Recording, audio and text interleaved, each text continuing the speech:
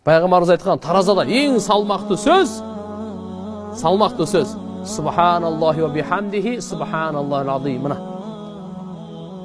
таразаңызды салмақты қылғыңыз келеді, мына зикірді айтыңыз. Пайғамбарымыз айтқан калиматан хабибатан илар рахман. Екі сөз бар, екі сөз. Әрбір сөзді айтпайсыз, таразаға тартылады.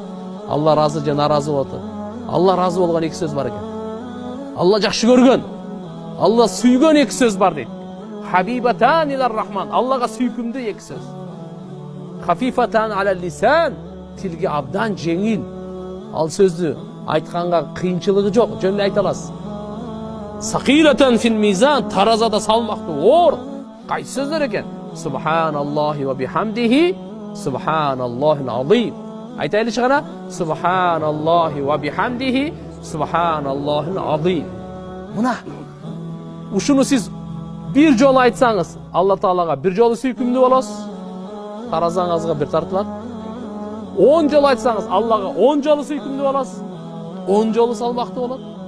100 жол айтсаңыз, 100 жолы сүйкімді боласыз, 100 жолы таразаңыз салмақты болады. Bir hadiste Пайғамбарымыз айтқан, ким 100 жолы bir күнде Субханаллахи ва бихамдихи айтса, оның күнөсү океандың көбігін чөлік болса дағы бардығы кешіріледі деген. Қайсы сөз айтса? Субханаллахи ва бихамдихи. Ушуну айтса. А бізге жарымы да бар емес беле? Субханаллахил азимді айтса қандай болады? Алымдар айтады, Субханаллахи ва бихамдихи айтса күнөлөр кешірілді ме? Эми Субханаллахил азимді айтсаңыз, даражаңыз көтеріледі дейді. Даражаңыз көтеріледі. Мына екі сөз. Ушақтағандан көрөк, бірін жамандағандан көрөк, дүниені мақтағандан көрөк, өзі мақтағандан көрөк, ушуну мен 10 жол айтып қойсам, 100 жол айтып қойсам, мен жүрегім нұрланады, қабырым нұрланады, ақиретім нұрланады, пилсиратым нұрланады. Таразада қандай? Алланың сүйкімдісі болады. Бұны кім айтты? Пайғамбарымыз Мұхаммад алейхиссалам айтты. А пайғамбарымызға кім айтқан екен? Абу Хурайра разиаллаху анху айтты. Ал кім? Аны шәкірті. Аны шәкірті. Да кім? Имам Бухари айтты. Мына өзіңіздегі Имам Бухари.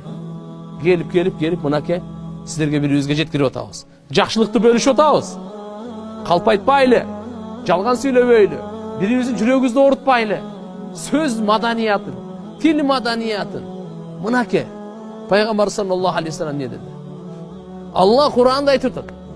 Адамдарға чырайлы сөз сөйлегілі, жақшы сөз сөйлегілі, жылы сөз сөйлегілі, жұмшақ сөз сөйлегілі, кереметті сөз сөйлегілі дейді.